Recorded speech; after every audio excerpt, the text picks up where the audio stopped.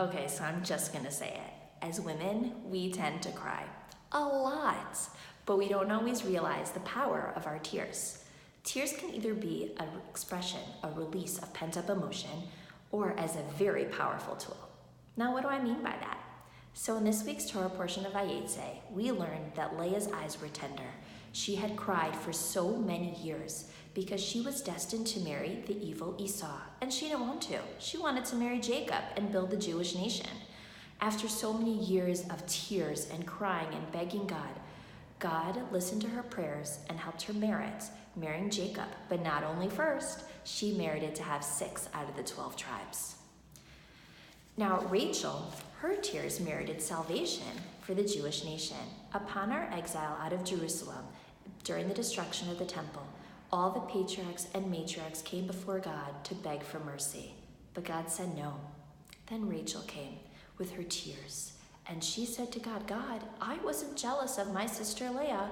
I gave her the signs. I told her how to marry and what the tricks were of what to do to marry Jacob. I wasn't jealous of my sister. Why now, God, are you jealous of the sticks and the stones that your children are serving as statues and idols? Don't be jealous. Please have mercy on them. God heard those tears and those prayers, and God responded, Vishavu banim ligvulam. Your children will return to their borders. Leah, her tears merited her building the Jewish nation, and Rachel's tears merited the saving of the Jewish nation.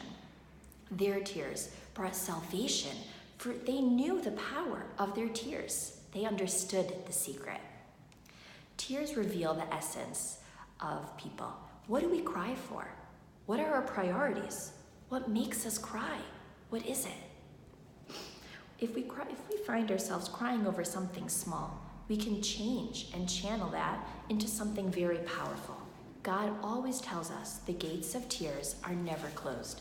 God will always listen to the power of prayer when there are tears involved. When we use our tears properly, we can turn our pain and transform it into positive energy that will hopefully generate tremendous mercy from God. I want to wish you all a Shabbat Shalom and a wonderful week.